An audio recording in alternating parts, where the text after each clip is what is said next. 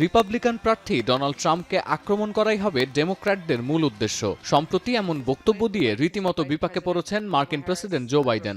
কারণ প্রেসিডেন্টের এই বক্তব্যের রেশ কাটতে না কাটতেই গেল শনিবার বন্দুক হামলার কবলে পড়েন ট্রাম্প। সমালোচনার ঝড় ওঠে মার্কিন গণমাধ্যমে। তাহলে কি ক্ষমতাসীন ডেমোক্রেটদের হাত ছিল এই হামলার পেছনে? সন্দেহের তীর ছড়া হয় বাইডেনকে লক্ষ্য করে। অবশেষে বিতর্কিত এই বক্তব্য নিয়ে মুখ খুললেন বাইডেন। বলেন, ট্রাম্পের কার্যকলাপের ওপর নজর রাখা হচ্ছে সেটি জানানোই তার উদ্দেশ্য ছিল। তবে ট্রাম্পকে আক্রমণ করা হবে এমন মন্তব্য করা উচিত হয়নি।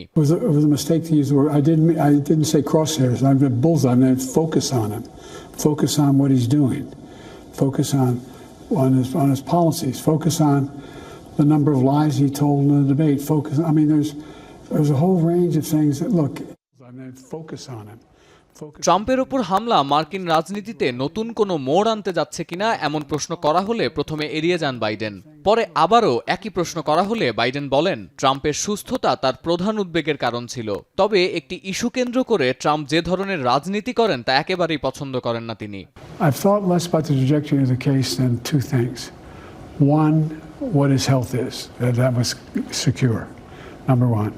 And number two, what happens from here on in terms of the kind of coverage that the president and vice president and former president and new vice president get in terms of, look, as I walk through Kyiv with President Zelensky. ইউক্রেনের president জেলেনস্কিকে Putin, vice president Kamala হ্যারিসকে Trump বলে সম্বোধন, শারীরিক ও মানসিক সক্ষমতা নিয়ে বিতর্ক, আর সবশেষ ট্রাম্পের ওপর হামলার ঘটনা।